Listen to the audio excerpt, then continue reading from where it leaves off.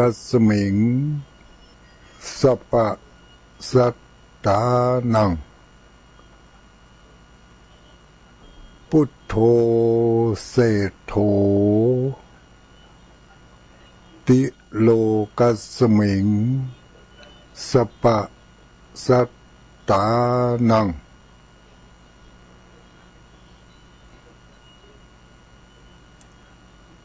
พุทโธเศโธติโลกัสมิงสัพพะสัตตานัง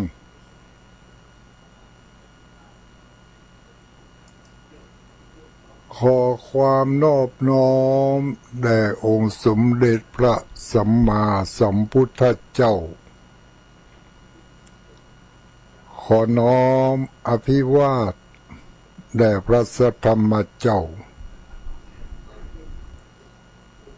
ขอน้อมนมัสการพระอริยสงฆ์เจ้า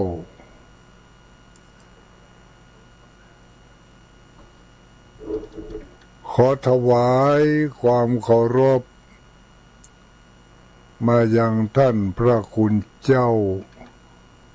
ท่านเจ้าคณะพระสังฆาธิการท่านครูบาอาจารย์พระสงฆ์องค์สังฆเจ้าทุกรูปทุกตนทุกองค์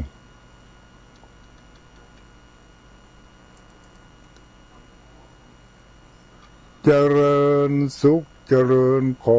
รสวัสดียามค่ำคืนมายังพุทธบริษัทอุบาสกอุบาสิกาทั้งหลายทุกผู้ทุกคน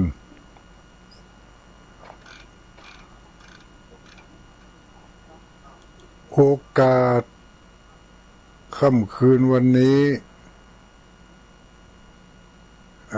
ค่ำคืนวันนี้เป็นคืนวันจันทร์เนาะคืนวันจันทร์วันนี้ก็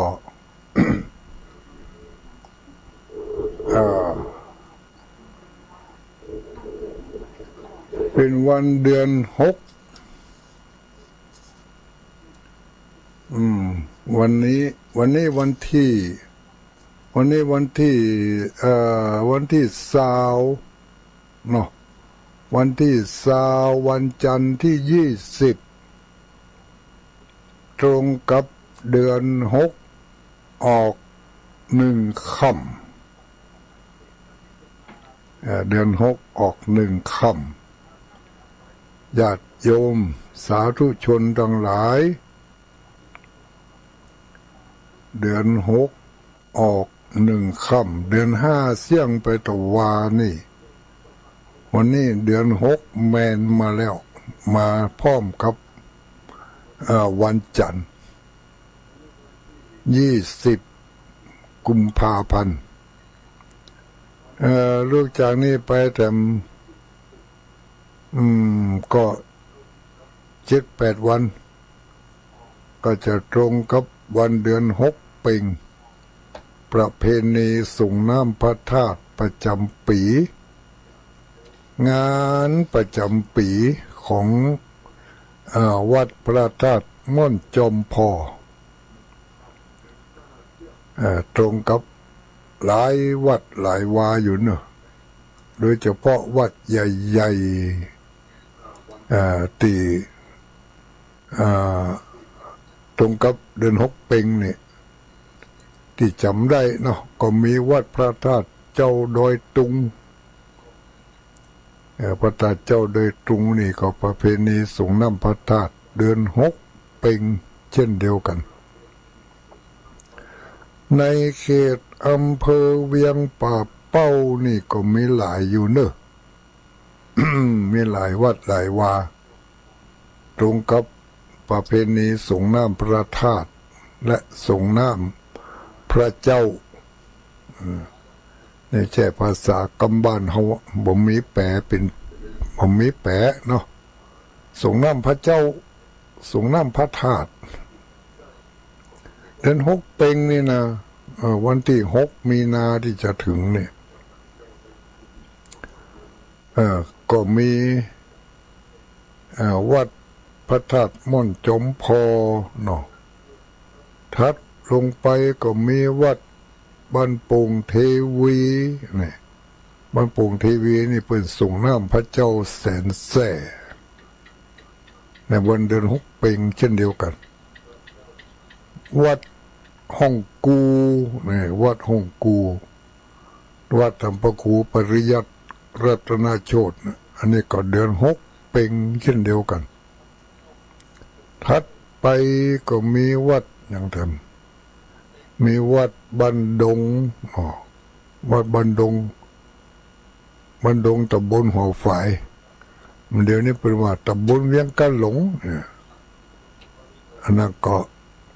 ตำบลเวียงกันหลงถัดจากวัดบันดงก็มีวัดอย่างทำมีวัดสันกูทองวัดสันกูทองนี่ก็เดือนหกเพ็งเช่นเดียวกันวัดตั้งคูบาปลัด40,000คูบาปลัด40,000คูบา10 ปันเดือนหกเพ็งอย่างเดียวกันเนอะ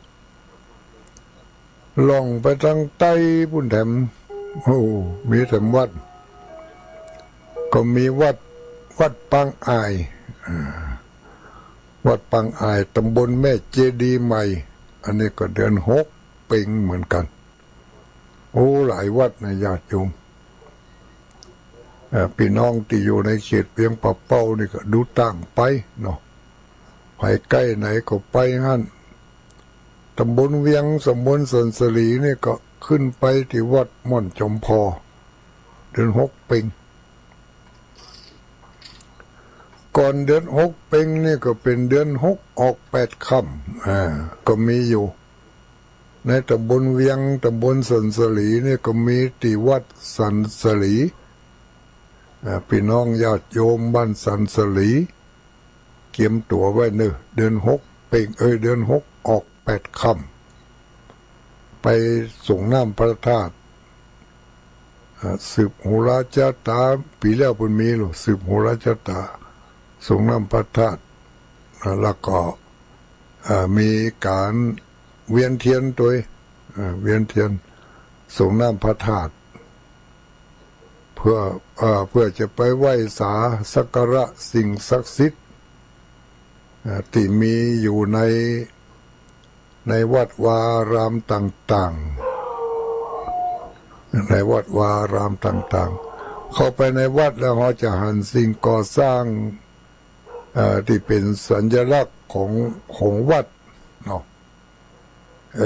ก็มีที่มันสูงเหลือเปิ้นก็มีพระธาตุเจดีย์นั่นแหละพระธาตุบางทีก็ว่าพระธาตุบางทีก็ว่าเจดีย์ถ้าเป็นภาษาเจ้าบ้านคนเมืองเขาก็อันเดียวกันนั่นน่ะเจดีย์ธาตุเจดีย์ถัดลงมาก็จะหันมีวิหารมีวิหารอันนี้ก็ใหญ่กว่าสิ่งก่อสร้างทั้งหลาย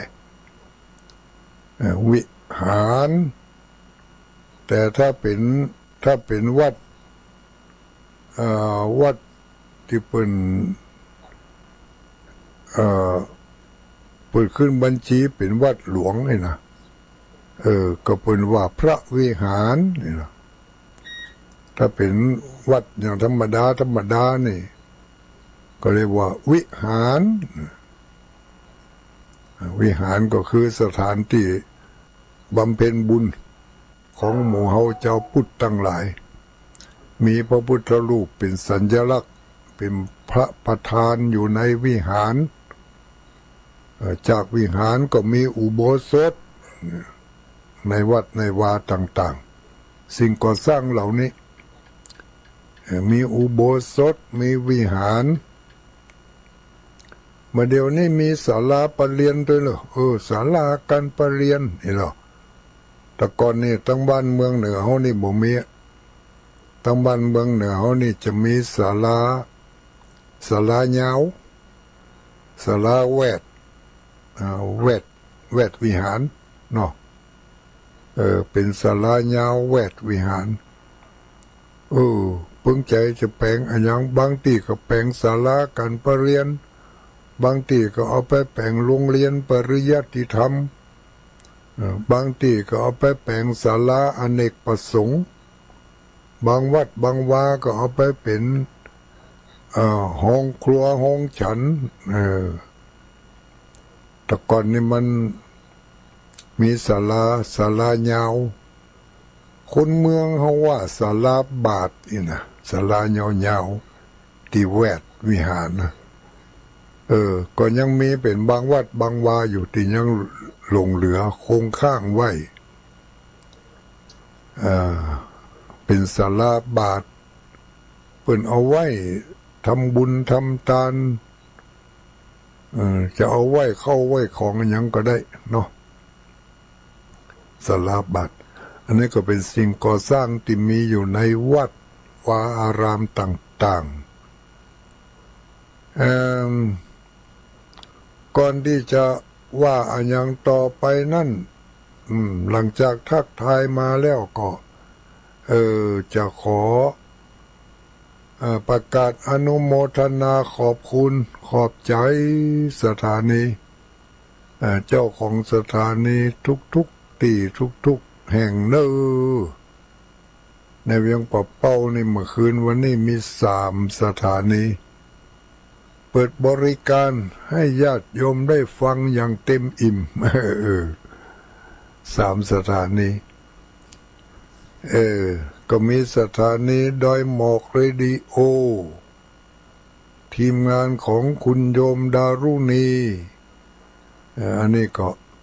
กระจายจากดอยหมอกเรดิโอนี่ก็ไปทั่วทุกทิศไปยังอำเภอต่างๆอันนี้ก็เป็นทีมงานของคุณโยมดารุณีถัดมาแต่สถานีหนึ่งก็อันนี้ก็อยู่บ้านเดียวกันนี่สถานีคนฟ้าเดียวกันคนฟ้าเดียวกันนี่ก็เจ้าของที่เป็นบริหารก็คือคุณธนวรัญชัฒนพลังกรเป็นสถานีวิทยุเพื่อธุรกิจ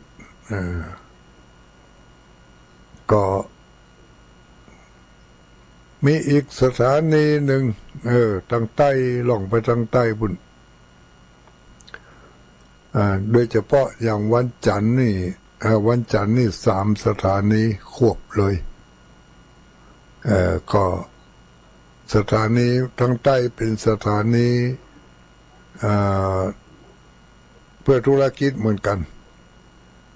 เป็นสถานีของคุณโยมอนงพรหมมินทร์เนาะ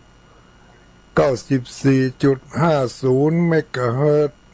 อันนี้ก็ส่งกระจายเสียงไปควบคุมกินพื้นที่ในอำเภอเวียงป่าเป้าวังเหนือวังเหนือแม่สวยพะเยาเมืองพานโทรไปไกลก็แต่ละสถานีแต่ละขึ้นความถี่ก็ได้ถวายเวลาให้แก่พระสงฆ์องค์สังฆเจ้าที่เพิ่นได้ออกเสียงออกสายให้ญาติโยมจะได้เป็นกู้เป็นกิมเป็นเพื่อนแก้เหงายามค่ำยามคืนก่อนรับก่อนนอนจะได้ข้อคิดเตือนจิตสะกิดใจเนาะมีอันยังก็จะได้นำมาเผยแผ่มาบอกมากล่าวกันสิ่งใดที่เขาเคยทำอยู่ถ้าเพิ่นว่าบดีก็จะได้ยั่งถ้าเพิ่นว่าดีก็จะได้ฝึกหัดปฏิบัติให้มันได้อย่างกับที่เพิ่นแนะเพิ่นนำเพิ่นบอกเพิ่นกล่าวลองเอาไปใจพอ นำธรรมคำสอนเป็นของที่เป็นเรื่องที่บ่ต้องได้ลงทุนต้องได้ซื้อได้หาเป็นของที่ได้มาบ่ได้แต่มีค่ายิ่งกว่าอะไรทั้งหมดเพราะว่าเป็นข้อคิดสามารถที่จะนำไปปรับเปลี่ยนพฤติกรรมดั้งเดิมของเราได้คือบางทีนี่เราไม่อาจจะมีพฤติกรรมอาจจะมีความเคยชินทางด้านนิสัยของเราตั้งแต่เล็กแต่เด็กมาถ้าเกิดมันเป็นเรื่องที่แก้ได้ปรับได้เราก็จะได้แก้ได้ปรับหรือบางทีเขาอาจจะคิดว่าโอ้มันถึงแก้ถึงบ่ได้ทุลุงมันมาอย่างใดก็ถึงอย่างอันไอ้น่ะก็บันแน่เนอะถ้ามันถูกล็อกถูกอลองมันก็แก้ได้ง่ายๆแป๊บเดียวแต่ถ้ามันบ่ถูกอลองมันแล้วก็นักแก้บ้งยิ่งแก้ก็ยิ่งแน่นไปทิกๆพอไปจักบ่ถูกเส้นมันเนาะอย่างฝ้ายอย่างเจือกถ้ามันหวานกันอลุ่มตุ่มเนี่ยถ้าจับเงื่อนบ่ถูกมันก็แทนที่จะจักออกก็เป็นยิ่งจักก็ยิ่งแน่นก็ไปทิกนิสัยใจคอพฤติกรรมต่างๆของหมู่เฮาก็เหมือนกันกำอูกำจาของพระสงฆ์องค์สังฆเจ้าและผู้ปรารถนาดี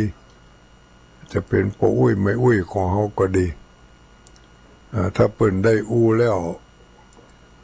บางกำอูของเปิ้นนั่นสะกิดจิตสะกิดใจสามารถที่จะปรับเปลี่ยนพฤติกรรมไม่นึกบ่เคยขึ้นมาก่อนแต่พอได้ยินพระสงฆ์องค์สังฆเจ้าได้ยินผู้ปรารถนาดีได้มานำเสนอชี้แนะให้เขาก็อาจจะได้รับประโยชน์จากการนำเสนอข้อเสนอแนะแนวคิดของเพิ่นนั่นเอาไปปรับเปลี่ยนพฤติกรรมของเขาก็ว่าได้เนาะอย่างที่เขาจังเคยได้ยินคำว่าอย่างก็สุขาสังคัสสะสามัคคีเนาะอันนี้เขาก็เคยได้ยินมาบ่อยๆสุขาสังคัสสะสามัคคีความหมายมันก็เปิ่มบอกว่าความพร้อมเพรียงของหมู่ของคณะนำมาซึ่งความสุขนำมาซึ่งความสุขแต่ก็ต้องเข้าใจด้วยนะความพร้อมเพรียงของหมู่ของคณะในที่นี้แต่ต้องเป็นความพร้อมเพรียงกันในทางที่ดีเป็นความพร้อมเพรียงกันในทางที่เกิดประโยชน์และสร้างสรรค์เกิดประโยชน์สร้างสรรค์แต่ถ้าเป็นความพร้อมเพรียงกันเพื่อไปทำลายพร้อมเพรียงกันเพื่อไปสร้างความทุกข์ให้แก่คนอื่นอย่างนี้ไม่ใช่ความสุขละเป็นความทุกข์เป็นสามัคคีนำมาซึ่งความทุกข์มันมีสองด้านสองแง่ในที่นี้เพิ่นบอกว่าสุขาสังคัสสะสามัคคีความพร้อมเพรียงของหมู่ของคณะนำมาซึ่งความสุขมันจะนำมาซึ่งความสุขได้อย่างไรเขาลองคิดพอเนอะญาติโยมพากันคิดพอการพร้อมเพรียงของหมู่ของคณะคำว่าหมู่คณะนี่ก็คืออยู่ด้วยกันหลายคนเนาะหลายคนตั้งแต่2-3 คนขึ้นไปก็เป็นหมู่เป็นคณะเป็นหมู่เป็นคณะในหมู่ในคณะนั่นต้องมีการเรียกว่า การกระทำการทำการสร้างสิ่งที่ดีที่มีประโยชน์เมื่อสร้างไปได้สำเร็จก็นำมาซึ่งความสุขการสนทนาปราศัยถ้าเป็นไปเพื่อความสามัคคีเป็นการ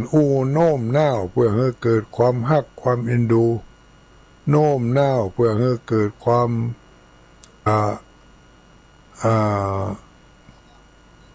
เนี่ยให้พ้นจาก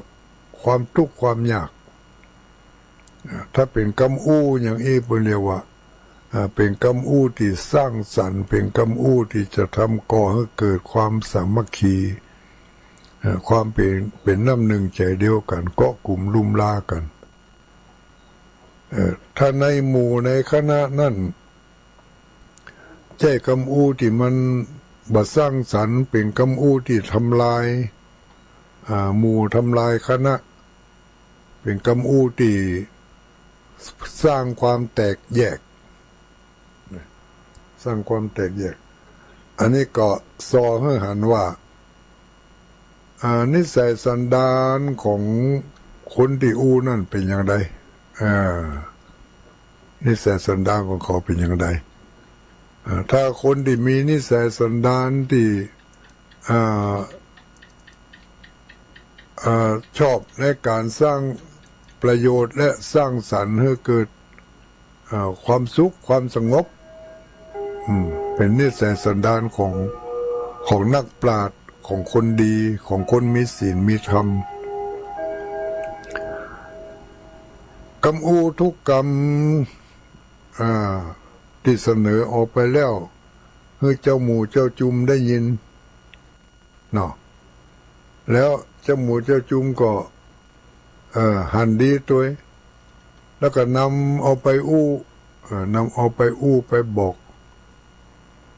เอาไปเสนอให้คนอื่นๆเปิ่นได้หู้ได้ยินได้ฟังก็เป็นการแพร่กระจายความดีอันนั้นออกไปให้แก่หมู่แก่คณะเขาได้ยินท่านพระคุณเจ้าหรือว่าได้ยินไผ่ก็ดีที่เปิ้นมักจะบอกให้เขาว่าถ้าเขาต้องการความสุขเนี่ยถึงเมื่อถึงวันนี้เขาต้องการความสุขเขาบอกปรารถนาความทุกข์เนาะขอให้พ้นจากทุกข์ขอให้ได้ถึงสุขนี่ยังบอกพอสุข3ประการทำกรรมก่อนนะขอให้ได้ถึงสุข3ประการขอให้ได้พ้นจากความทุกข์นี่ก็คือความทรมานทางร่างกายและความทรมานทางจิตใจเป็นสิ่งที่ทุกคนบ่ต้องการแม้แต่สัตว์เดรัจฉานก็บ่ต้องการสิ่งที่ทุกคนต้องการก็คือความสุขความสบายความสุขกายความสบายใจที่เขาจังได้ยินทุกเจ้าเพิ่นว่าตั้งสถานีบ่อยๆออกอากาศบ่อยๆก็มีอยู่ว่ามโนบุพังขมาธรรมามโนเศรษฐามโนมยาคนเฮานี่จะรวมถึงสัตว์ด้วยนะเนาะสิ่งที่มีชีวิตว่ามีใจเป็นใหญ่มีใจเป็นหัวหน้ามีใจเป็นประธานทุกอย่างสำเร็จแล้วด้วยใจถ้าใจสั่งอย่างใดก็ได้สุขความสบายถ้าใจสั่งให้ปาก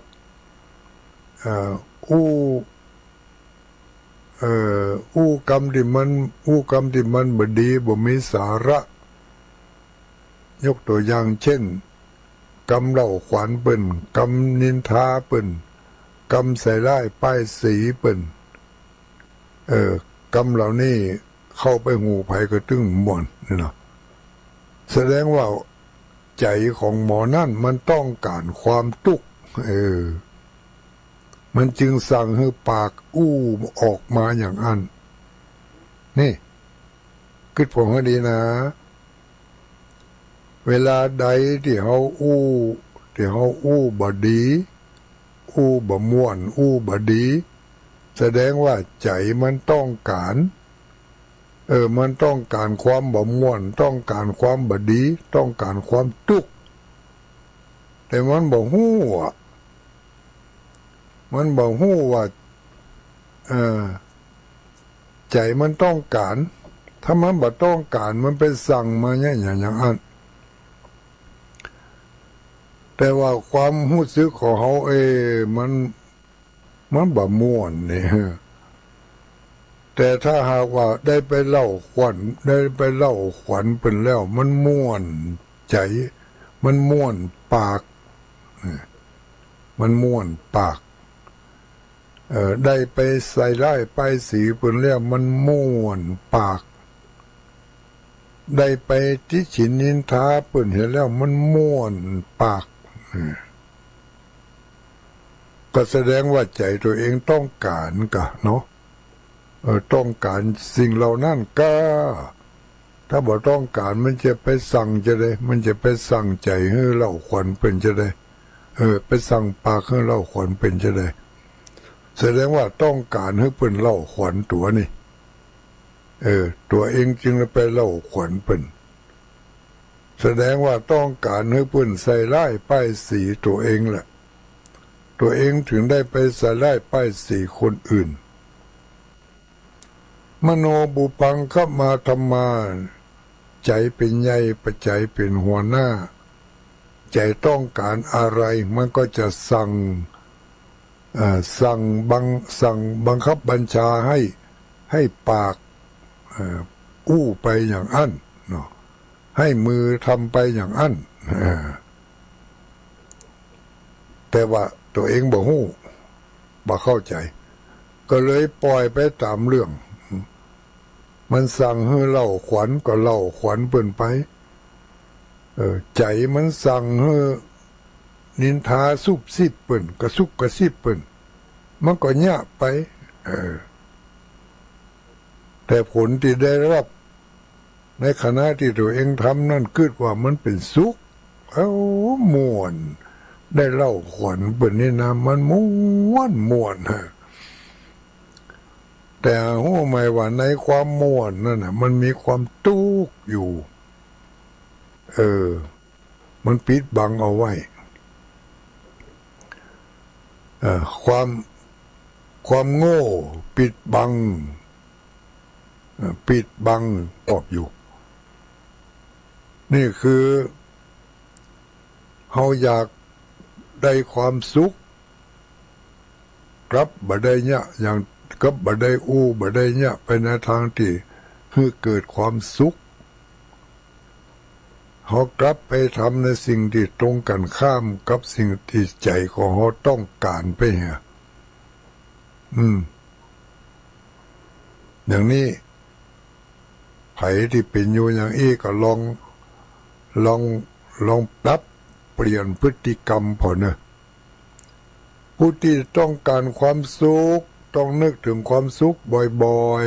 ๆต้องแต่เรื่องที่จะทำให้เกิดความสุขต้องเนี่ยในธรรมที่ต้องทำในทางที่จะทำให้เกิดความสุขความสบายถ้าไปสร้างเหตุเขาไปด่าเขาเนี่ยคิดว่ามันจะเป็นความสุขมันเป็นความสุขที่เจือปนไปด้วยยาพิษยาพิษก็คือพิษที่เขาด่าเขานี่แล้วตัวเองก็ได้ความกลัดกล่อนขำใจอยู่ไม่ยอมสลัดออกไป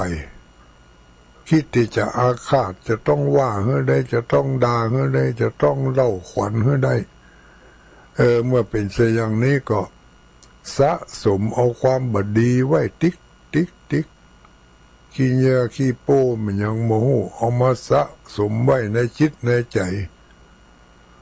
วันดีคืนดีมันกระตุกขึ้นมาก็เกิดความบ่ม่วนจิตบ่ม่วนใจ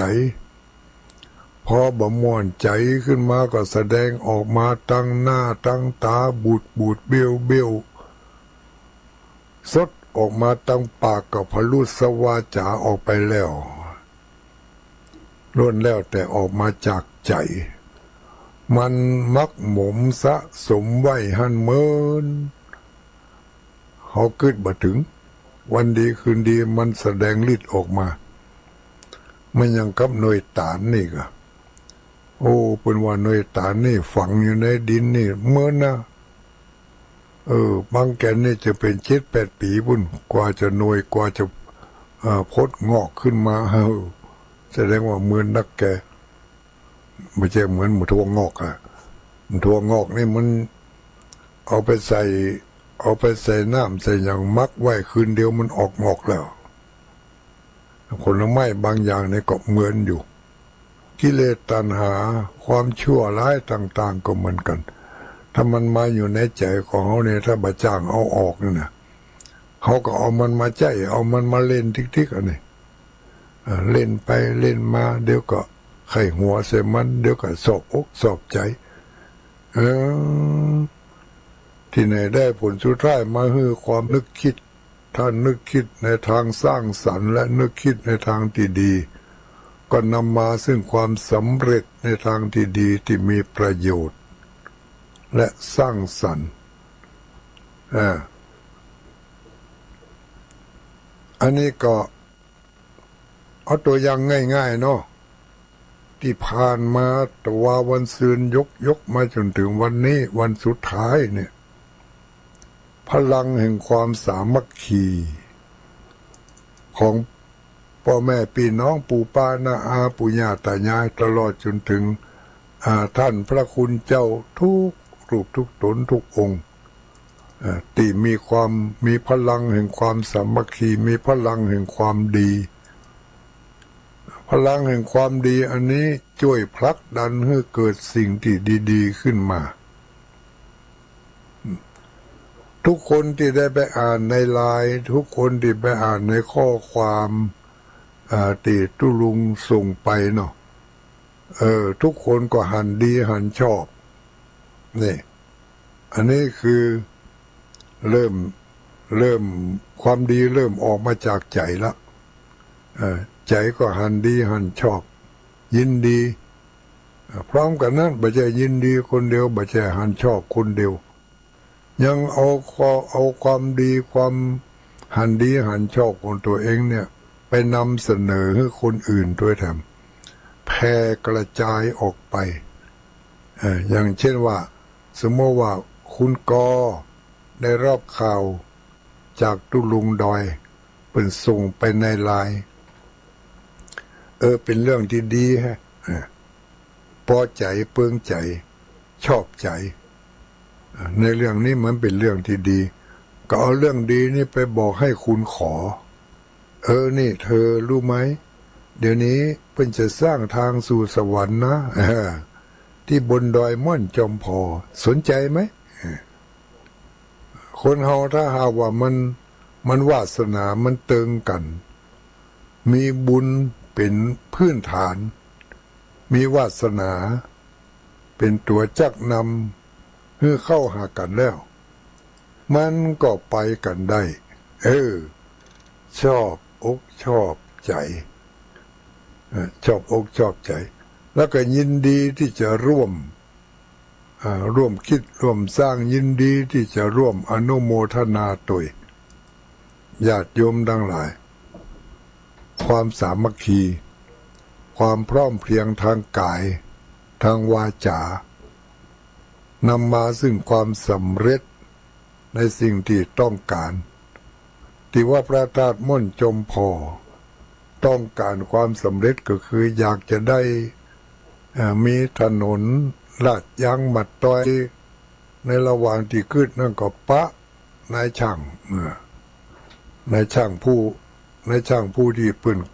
เคยทำงานด้วยกันก็บอกว่า ถ้าทุลุงต้องการเดี๋ยวผมจะติดต่อให้ติดต่อให้นายช่าง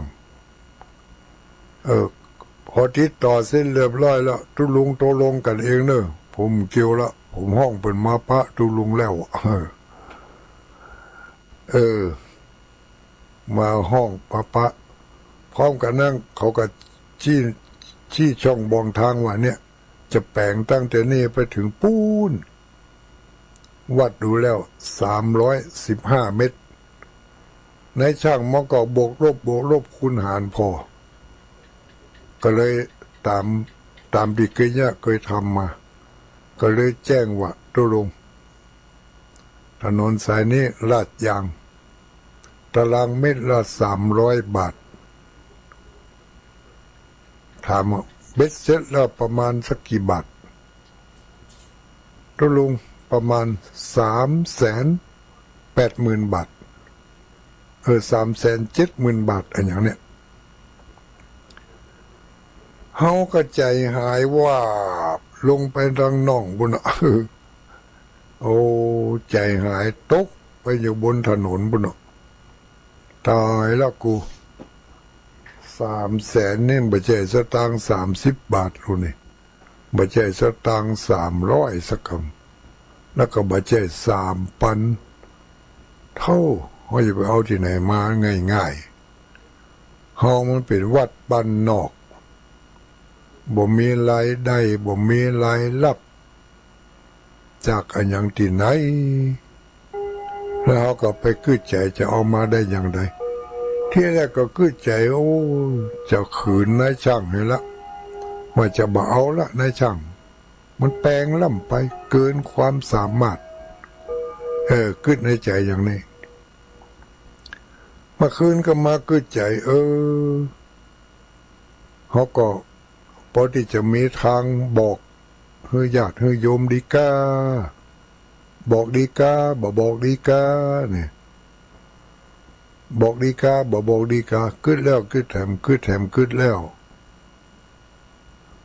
จะบอกเนอะก็กลัวเปิ้นว่ามันตึงแตงไปขึ้นเป็นสปาสเปดลูกกลัวเปิ้นว่าในทางที่บดีนั่นน่ะว่าจะได้นะเขาก็ขึ้นได้เขาก็ขึ้นบอกแต่ว่าขึ้นเป็นทางที่บดีก็เป็นจะโจมตีเป็นจะว่าอันว่าอีกขึ้นไปขึ้นมาเอาไปเสาะกู้ยืมสตางค์เปิ่นมาดีกว่าเอามาเป็นกาสลากายางกาวัสดุกาว่ากฐินผ้าป่าห้องก่อยทยอยจ่ายให้เปิ่น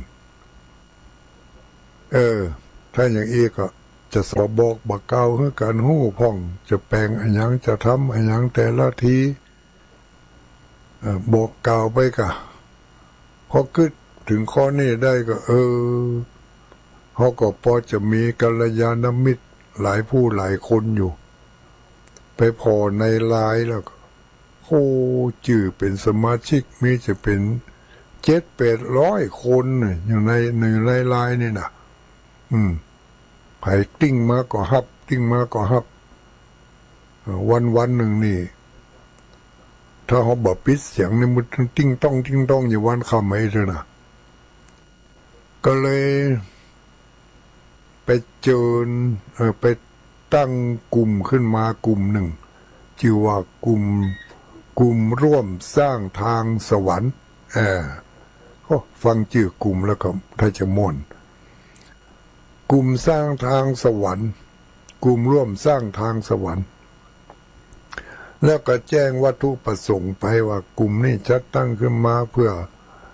ต้องการผู้ที่มีบุญต่อบุญช่วยบุญช่วยกันสร้างถนนหนทางลาดยางบัดต้อยขึ้นไปสู่บนวัดบนดอยม่อนจอมพอใครมีความประสงค์จะช่วยก็แจ้งความประสงค์เข้ามาก็บอกเลขบัญชีลงไป2 วัน 3 วันญาติโยมทั้งหลายในผู้ที่เป็นหันดีหันชอบพอเป็นอ่านปุ๊บเป็นก็เข้าใจแล้วก็แผ่บุญที่ตัวเองมีบุญอยู่แล้วเนี่ย ไปให้คนอื่นได้หู้แถมคนอื่นเขาก็หู้ต่อกันไปเป็นลูกโซ่ลูกส่วงจากนั้นมาก็มีผู้ที่หันดีหันชอบเนี่ยความคิดดีเอาความคิดดีๆไปเสนอให้คนดี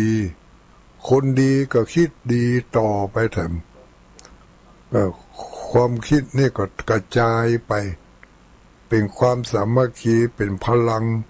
อันเหนียวแน่นที่แรกก็ใจว่าจะไปยืมสตางค์เพิ่นได้หมดปัญหาละบ่ต้องยืมละพอประกาศข่าวออกไปได้2 วันปัจจัยที่คิดใจว่าจะเอาให้เปิ้นนั่นน่ะ300,000เริ่มมีแววขึ้นมาละ2 วันสตางค์เข้ามาในบัญชีที่ได้แจ้งไป200,000ป่ายแสดงว่ามีผู้หันดีหันชอบพร้อมที่จะสนับสนุนก็เลยแข็งใจแล้วก็รับต่อไปพอถึงวันที่3วันที่4ขึ้นมาตัวเลขของบัญชีมันขึ้นมาเป็นจำนวน300,000ก็นักจำนวนที่เพิ่นที่จะจ่ายให้ศาลาละใกล้ที่จำนวนที่จะจ่ายให้ศาลาก็เลยบอกให้เพื่อนสมาชิกของเขาในกลุ่มไลน์ทั้งหลายบอกว่ามาเดี๋ยวนี้สตางค์ที่จะให้ศาลานั่นก็ใกล้จะพอแล้วเนอะเพราะจะเขาจะตั้งยอดเพดานการฮับปัจจัยที่หอมมาเนี่ยเขาจะฮับตึก400,000ก็พอละนี่นะฮับตึก400,000ก็พอละเขาถึง3-4 วันผ่านไปมันเข้ามา300,000ไปมันใกล้จะถึงตีแล้วเนี่ยใกล้จะถึง400,000ละก็เลยบอกว่ามาเดี๋ยวนี้ใกล้จะถึงจุดหมายปลายทางละเขาจะปิดบัญชีแล้วเนอะมันจะถึงละวันที่20เนี่ยวันที่20เนี่ยเขาจะปิดบัญชีละถ้าใครจะให้เจ้าห้อมสร้างถนนหนทางก็ห้อมมาโอนเข้าบัญชีกันไปก็เป็นสิ่งที่น่าอนุโมทนาญาติโยมทั้งหลายวันเวลาผ่านไปบ่เหมือนบ่นานสักหน่อยจำนวนปัจจัยที่ต้องการที่เขาต้องการมันก็ได้ขึ้นมาตามที่ตั้งเป้าเอาไว้ก็คือ400,000 บาทแล้วปลายบ่พอที่เพิ่นได้หอมมาแต่มาลุ้นหอมเพิ่มขึ้นมาเพราะหอมบ่ได้ปิดเดี๋ยวนี้พอเพิ่มขึ้นมาพอเขาเปิดรับบริจาคตั้งแต่วันที่8พอถึงวันที่20วันนี้เวลาตอนบ่ายๆเนี่ยไปเช็คพอยอดบัญชีในธนาคารญาติโยมทั้งหลายเป็นจำนวนปัจจัย511,144 บาทอันนี้เขาต้องการตั้งเป้าไว้400,000มันขึ้นมาเป็น510,000นี่เกินขาดทะลุเป้าเกิดมาจากอะไรอย่างเกิดมาจากสามัคคีธรรมเกิดมาจากใจต่อใจที่กึศดีต่อดีความดีต่างๆที่เขาช่วยกันกึศเนี่ยมันก็ไปช่วยดึงพลังคือความดีของแต่ละคนเป็นเอาบุญของเขาที่มีอยู่แล้วเนี่ยทุกคนมีบุญอยู่แล้วเนี่ยเอาบุญนี่ไปต่อบุญแล้วก็แผ่บุญออกไปแล้วก็บ่มีใครสักคนที่จะมาตำหนิติเตียนว่าไล่ป้ายสีจะมาว่ากันแหนอย่างนั้นอย่างนี้ไม่มีในกลุ่มแต่ละคนก็สาธุทั้งนั้นความดี ย่อมจะดึงดูดสิ่งที่ดีๆเข้ามามันฝึกหัดนึกถึงความดีบ่อยๆอู้ถึงเจ้ายอดปัจจัยเดี๋ยวพี่น้องตั้งดอยสะเก็ดจะบัดตันได้ยินเนาะจะตัดไปเหก่อนยอดปัจ2,000ป่ายปกติเราจะต้อง3,700,000แต่ตั้งนายช่างเป็นบอกว่าผมช่วยทำบุญลดให้ก็แล้วกันก็ลดลงก็เหลือใจ360,000ป่ายเมื่อเดี๋ยวนี้คงเหลือยอดปัจจัยที่อยู่ในบัญชีที่ในธนาคารท่านอยู่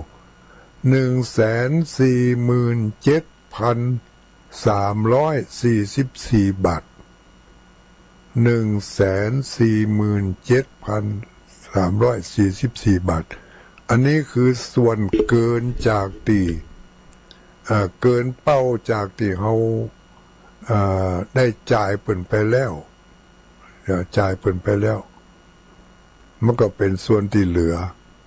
แล้วเหลือนี้เอาไปเนี่ยอย่างตั้งใจฟังหน่อยเหลือนี้จะเอาไป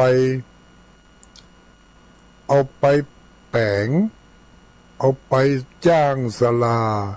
เอาไปซื้อไปแปลงจ่อฟ้าปานลมญาติโยมทั้งหลาย